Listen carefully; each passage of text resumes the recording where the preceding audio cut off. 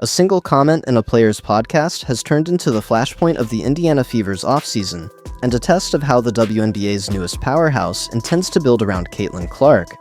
If you follow Caitlin Clark and the Indiana Fever, you already know this much. She has changed the league's gravity. Attendance, TV ratings, sponsorships, and especially social engagement have moved because she stepped on the floor. With that rush of attention comes a new standard. The Fever are not just trying to compete, they are expected to contend. That is why a seemingly simple line from Sophie Cunningham, "The next team I play for, I want a bigger contract so I can buy a house and feel at home," reverberated far beyond a routine contract year soundbite. It sounded less like a bargaining posture and more like a player preparing to turn the page. The implication for Indianapolis is obvious and urgent. Sophie Cunningham is not a name that gets splashed across headlines in the way Clark's does, but her value is threaded through the details that decide games. She is the definition of a system player who makes stars better. The numbers tell their own story. A true shooting percentage in the 63% range, a three-point clip around 43% on meaningful volume, and dependable defensive work on the perimeter, where she absorbs tough assignments without requiring touches on the other end. That efficiency does not live in a vacuum. It stretches defenses, keeps lane lines open for Clark's drives and skip passes, and punishes teams that try to load up on the ball. Then there is the quality a stat line never captures. A near-zero on-court ego. Cunningham does not need a role written in bold text. She fills the gaps the team needs filled and accepts them in big moments. You cannot overstate what that means next to a generational guard. That is why her podcast comment cuts so deep. Inside the Fever facility, it introduced a real possibility that a core piece could be leaving after one season in Indianapolis. Outside the walls, it landed as a stress test of the front office's roster-building plan.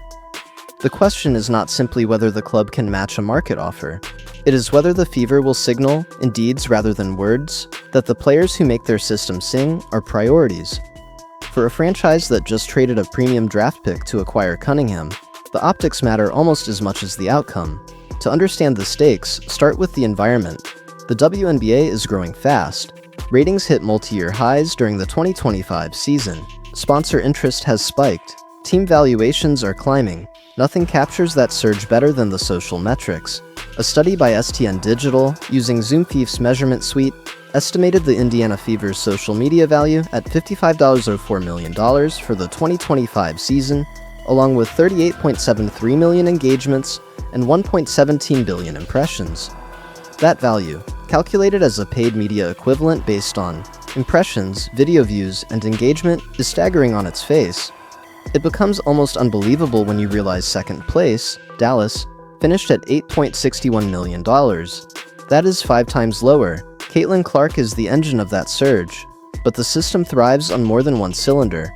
Players like Cunningham amplify the reach. They appear in highlights that travel, in brand partnerships that trigger new audiences, and in content that fans actually share. The Fever would be naive to ignore the compound effect of performance plus presence. Now consider the on-court calculus. Clark's game is at its best when surrounded by reliable shooting and smart defenders who simplify choices. Take away a 43% corner sniper and help defenders cheat. Remove a veteran who knows when to cut, and static possessions creep in. Substitute a glue player with a misfit, and you spend a month rewriting sets you thought were done. Cunningham's profile, efficient volume from deep, the willingness to screen and rescreen, the sense for where the next pass belongs, is not generic. It is the scaffolding around a superstar. There are not many replicas on the market, and there is no guarantee one will be available at the price the Fever want to pay. That is why the front office's past choices have come back under a microscope. To bring Cunningham to Indianapolis, the Fever moved the number 8 pick, a cost-controlled asset for 4 seasons. At the time, the decision was logical. Caitlin Clark had just arrived. The club needed a veteran who could space the floor, compete on defense, and raise the group's floor immediately. You pay a first-round pick to get that if you believe the window is opening now. But trading a 4-year runway for a single season of service, followed by a walk-in free agency, is the textbook definition of value leakage. The issue isn't that the club made the trade. It is that the trade only makes sense if the player is retained on sustainable terms. Otherwise, the move becomes an expensive rental that undercuts both the present and the future. Inside the rotation, the alternatives do not relieve the pressure. The internal comparison that gets the most airtime is with Lexi Hull. Hull is younger and has shown growth that suggests a rotation role with upside. In a vacuum, a team might choose to lean into future potential, trusting that a developing wing can become the long-term answer. In this case, the decision is more delicate. While Hull is a promising piece, Cunningham offers a higher immediate impact in two areas that matter most for Clark-centric offense: three-point gravity and defensive trust. If both players want significant deals and neither is a maximum salary player in this market, the Fever have to choose which identity they are building toward. Are they prioritizing the next 2 seasons with Clark's prime runway? Or are they accumulating years in the hope that potential matures at the right time?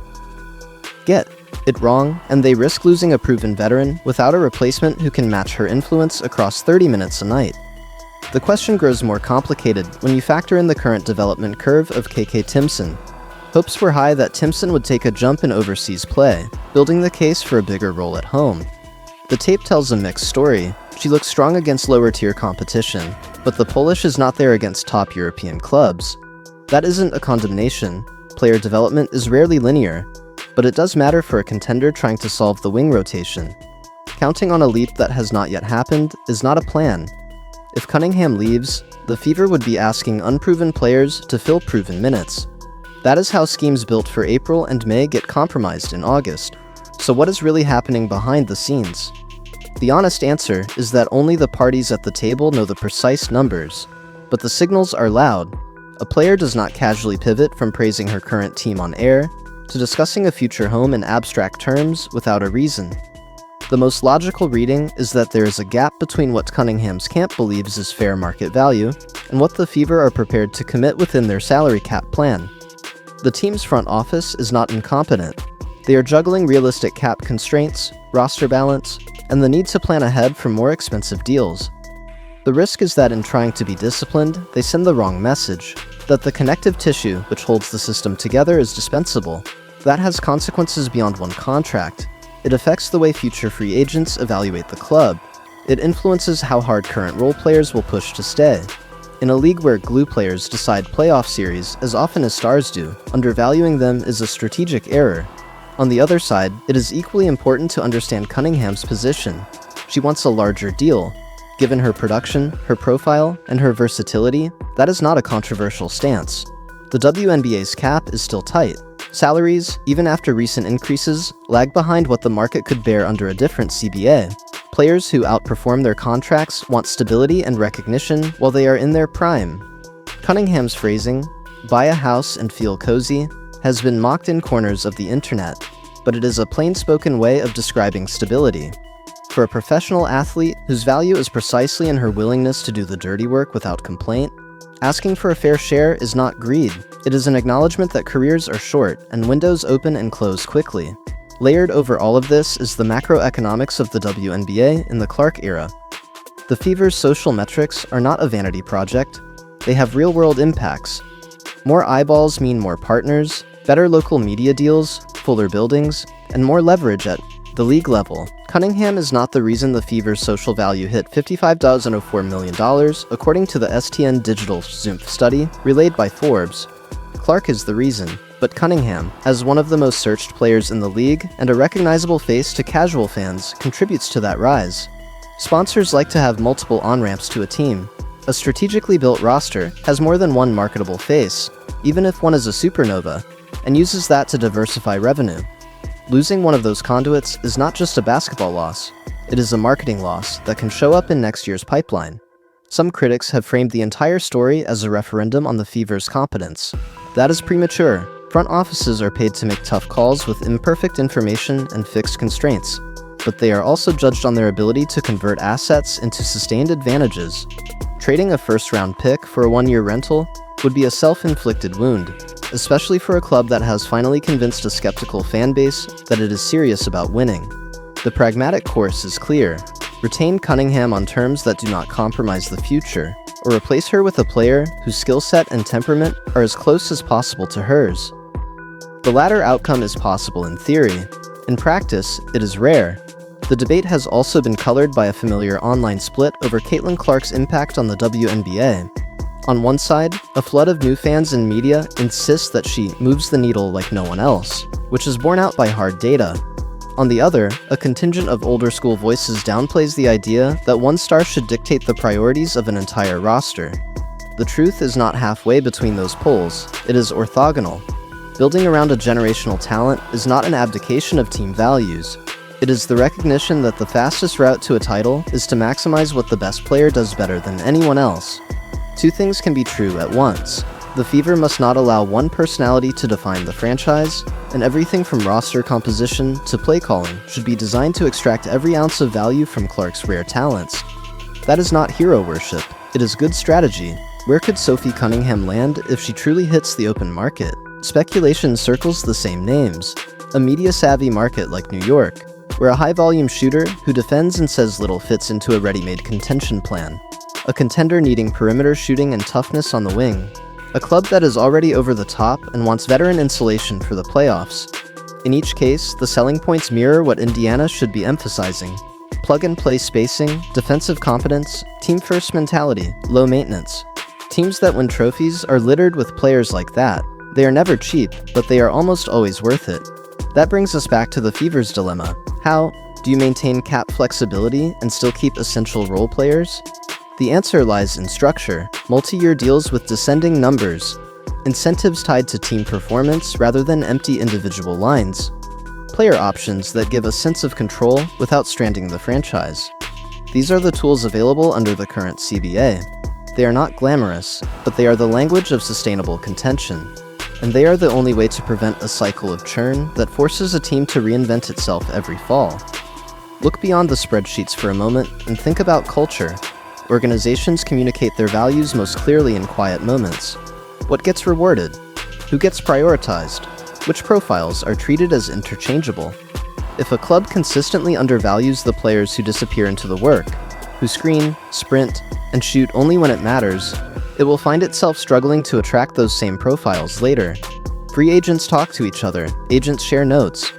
If the Fever want to be the destination of choice for the next wave of glue players, they have to show that the current ones are not expendable. Amid the noise, it is important to track the facts. The Fever's estimated $55.04 million social media value came with a year-over-year surge that would be remarkable in any industry. Engagements up 505%, impressions up 251%, social value up 344%. Those numbers reflect a fan base that arrived en masse. They also reflect an obligation. Being a big club means making big club decisions. You do not stay at the top of the engagement charts by winning press conferences. You stay there by winning games and looking coherent while you do it. The first is non-negotiable.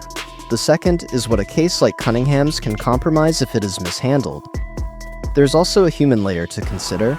The phrasing about a house and feeling cozy is easy to parody until you remember why players move in the first place. Stability matters.